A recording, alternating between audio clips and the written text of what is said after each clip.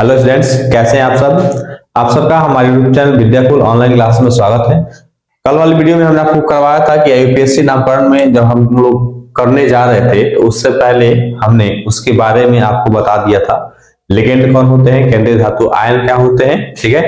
और उसके उपसंयोजन संख्या का बंधन भी हम करवा दिए थे, बता दिए थे कि बंधन कैसे होता है और लिगेंड और केंद्रीय धातु आयन के बीच में कैसे संबंध होता है ये भी हमने करवा दिया था। तो चलिए अब उदाहरण से हम लोग जो है कि अब इसका नामकरण करते हैं। तो इसको कैसे करेंगे बाबू, तो हम यहाँ पे एक उदाहरण कर लेते हैं। ले लेते हैं CONH3 6 और Cl3, ठीक है। चलिए इसका हमें जो है कि क्या करना है बाबू, नामकरण करना है। क्या कर लेना है बाबू, इसका हमें नामकरण करना है। तो इसमें हम लोग क्या करते हैं, सबसे पहले इसमें का ऑक्सीकरण संख्या हम लोग निकालते हैं, ठीक है ना। इसमें क्या निकालेंगे बाबू, हम निकालते हैं इसमें का, यानी ये हमारा केंद्रीय धातु आयन है कोबाल्ट। कोबाल्ट का केंद्रीय धातु आयन है ना, क्या होगा, ठीक है ना। ये चीज हमें करना है। और अमोनिया तो आप जानते हैं NH3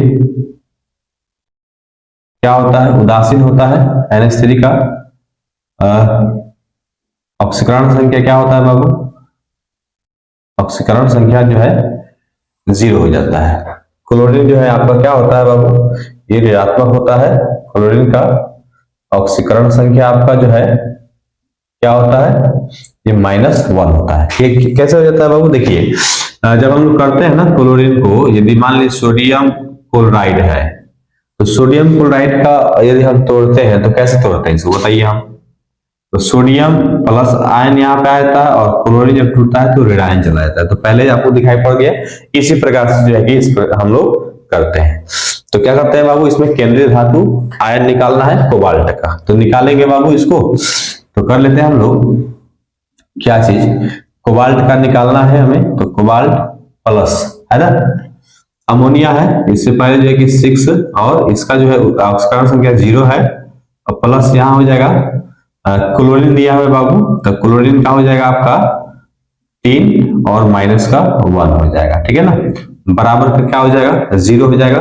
इस कोबाल्ट की जगह में बाबू हम लोग X भी मान सकते हैं, X भी इसको जो है कि माना जा सकता है। और इसे भी लिखेंगे तो कोई दिक्कत नहीं है, अगर हम X से आप करें तब भी कोई दिक्कत नहीं है, ठीक है ना, क्योंकि हमें कोबाल्ट का निकालना है और यहाँ पे हम X कर भी सकते हैं, मान सकते हैं। चलिए ये हो जाएगा हमारे पास X प्लस 0 हो जाएगा और प्लस माइनस हो जाएगा, माइनस होगा 3 1 जा, अब 3 एकम 3 होगा। तो ये हो जाएगा आपका x माइनस 3 इक्वल टू 0 हो जाएगा और ये हो जाएगा x इक्वल टू जो है कि प्लस का 3 हो जाएगा।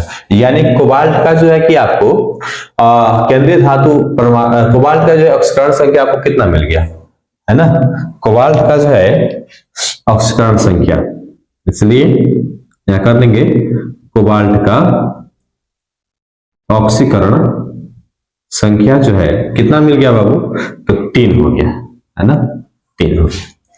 कुछ इसी प्रकार से हमें जो है कि ये जो है हमारे पास एक मोस्ट इंपोर्टेंट ये टॉपिक है जिसमें से आपको ऑब्जेक्टिव में 1 नंबर में सवाल ये पूछ देता है और इस तरह से आपको बनाना भी होता है। और कल वाले वीडियो में हमने बताया भी था आपको कि इसके बीच और इसके बीच क्या अंतर होता है। जैसे ये जो है आपका क्या है बाबू, तो केंद्रीय धातु आयन है, अर्थात ये परमाणु है। और ये जो है हमने बताया था ये वाला जो है आपका, ये है आपका लिगेंड है ना, ये क्या है बाबू, लिगेंड है ना, ये हमने लिगेंड बताया था। और लिगेंड का काम होता है अधिकतर जो है कि यह देता है, तो देता है तो इसको हमने बताया था क्या चाहिए, यह ग्राही है ना। और ये जो ले रहा है इसको हम लोग बोलते हैं, सॉरी ये दे रहा है ना, तो ये है हमारा दाता और ये ले रहा है तो इसका मतलब है कि यह है ग्राही, ठीक है, इतना समझ में आ गया। अब आगे देखते हैं क्या चीज, कि उसी चीज को हम उदाहरण के रूप में हम लोगों ने कल देखा था कि K4 फेरिक और CN6, ठीक है, ये चीज, इसका नामकरण कैसे करेंगे, ठीक है ना। चलिए नामकरण कर लेंगे इसको, बहुत आसान है और बहुत ही जो है कि अच्छी तरह से इसका नामकरण कर लेंगे। सबसे पहले किसी चीज को सीखने के लिए हमें गलती करेंगे तभी जो है कि सीख पाएंगे। तो गलती जब नहीं होगा तो पता ही नहीं चल पाएगा कि हमने सही बनाया है कि गलत बनाया है। तो ये इतना चीज करिए कि पहले गलती लिखने का प्रयास करते हैं। किसी भी चीज को आप गलती करोगे तो भी तो बाद में जाकर क्या होता है, सही होता है। तो पहले तो हम लोग इसको कर लेते हैं, क्या चीज, अगर हम इसको ऐसे करें, मतलब गलती की तरह से आप लिखोगे तो एकदम आपको शुरू से लेकर के इसका नाम भी करना है। तो के को हम क्या बोलते हैं, के को जो है बाबू हम लोग जो है क्या बोलते हैं, तो के पे प्लस होता है, प्लस चार्ज होता है, तो इसको हम बोलते हैं पोटेशियम। क्या बोलते हैं, पोटेशियम, ठीक है। और Fe को क्या बोलते हैं बाबू, Fe पे +2 चार्ज, कल हम करवाए भी थे, इसका केंद्रीय धातु जो होता है +2 होता है, तो ये इसको क्या बोलते हैं हम लोग, आयरन बोलते हैं ना, आयरन। आयरन या फेरिक को हम फेरम भी कहते हैं। क्या कहते हैं बाबू, फेरम। इसको हम लोग फेरम के नाम से भी जानते हैं, ठीक है।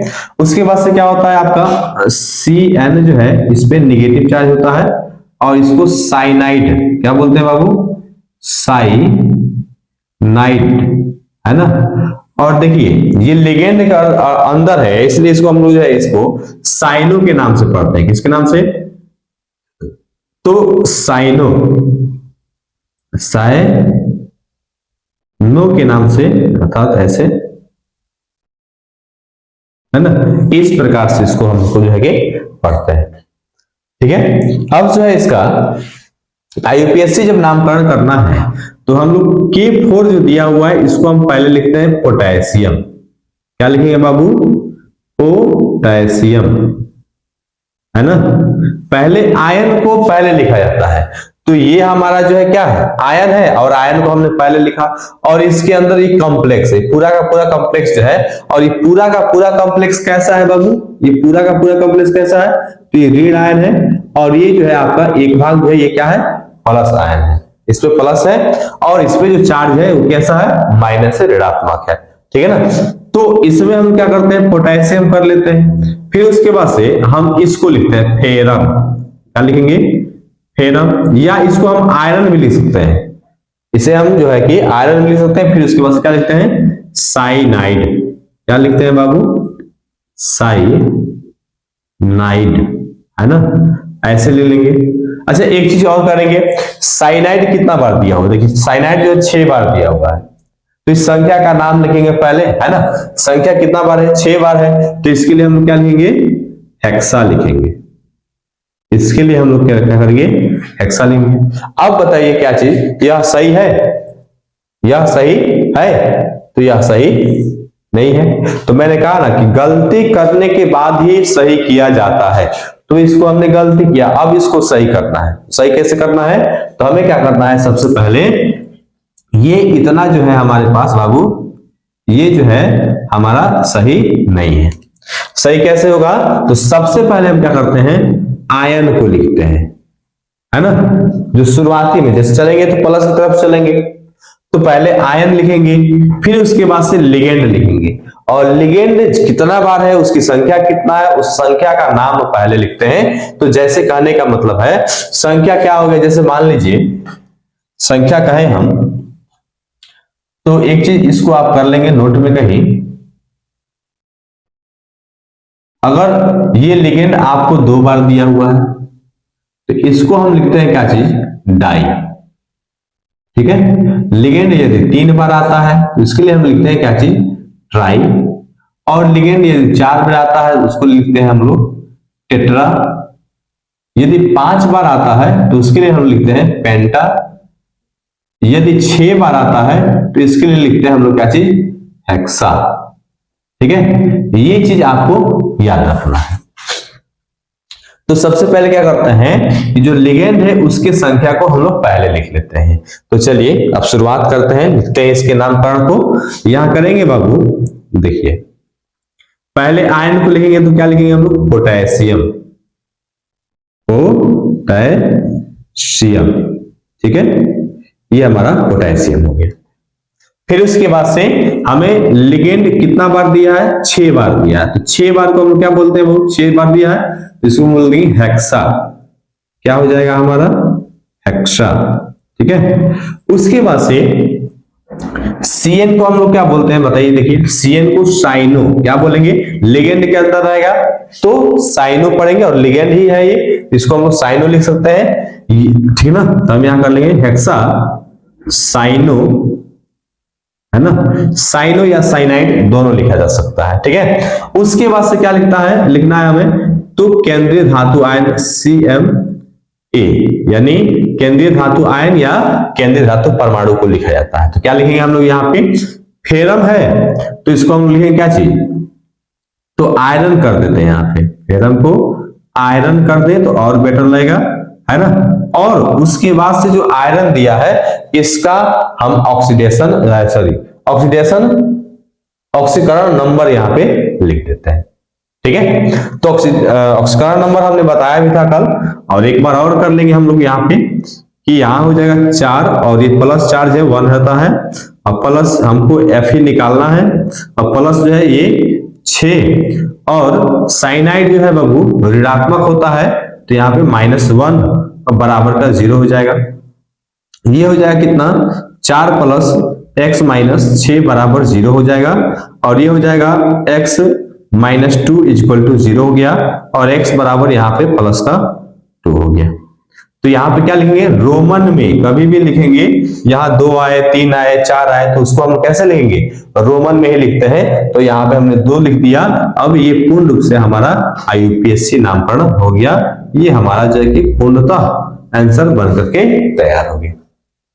ठीक है, एक चीज और हम आपको इसमें थोड़ा एक स्ट्रक्चर के माध्यम से इसको समझाते हैं आपको, और बढ़िया तरह से आपको इसको देख लीजिएगा। पेज पे एक और उदाहरण करवाएंगे और आपके दिमाग में बिल्कुल फिट हो जाएगा।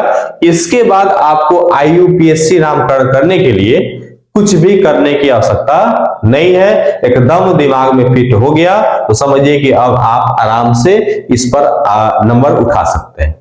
ठीक है, चलिए इसको मिटा दें पहले। चलिए हम लोग क्या करते हैं, IUPAC नामकरण करते हैं। IUPAC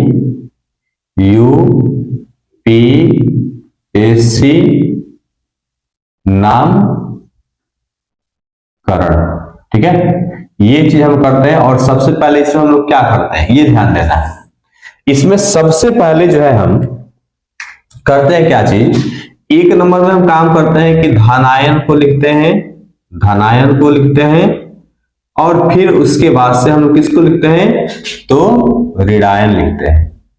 ठीक है, ऋणायन। ठीक है, उसके बाद से हम क्या लिखते हैं बाबू, उसके बाद से हम जो लिखते हैं कॉम्प्लेक्स, है ना। कॉम्प्लेक्स जो है वो दिया रहता है आपको, कॉम्प्लेक्स का नामकरण करते हैं। ठीक है, कॉम्प्लेक्स का हम क्या करते हैं बाबू, नामकरण कर लेते हैं। फिर उसके बाद से हम लोग क्या करते हैं, जब ये कॉम्प्लेक्स का नामकरण करते हैं तो कॉम्प्लेक्स में हम इसको 2 तरह से लिखते हैं। 2 तरह से क्या लिखते हैं, तो बाबू आप यहां देखिए फिगर में, है ना। एक तो होता है हम लोग लिखते हैं, पहले लिखते हैं लिगेंड, क्या लिखते हैं, लिगेंड, और उसके बाद हम लोग जो लिखते हैं वो होता है केंद्रीय धातु आयन। क्या होता है बाबू, केंद्रीय धातु आयन होता है। ठीक है, अच्छा लिगेंड में हम लोग एक चीज पहले जोड़ते हैं, क्या लिखते हैं, लिगेंड की जो संख्या होती है उसका नाम हम लोग पहले लिखते हैं। जो संख्या दिया रहता है बाबू उसका नाम हम लोग पहले लिखते हैं, और ये होता है हमारा लिगेंड। अच्छा, अगर एक ही आपको IUPAC नामकरण करने के लिए आपको एक सहसंयोजन यौगिक दे दे और उसमें आपको एक से ज्यादा लिगेंड दे दे तो उसका नाम आप कैसे लिखेंगे, तो उसको कैसे लिखेंगे बाबू, तो उसको वर्णमाला के अनुसार लिखते हैं। कैसे लिखते हैं, तो वर्णमाला के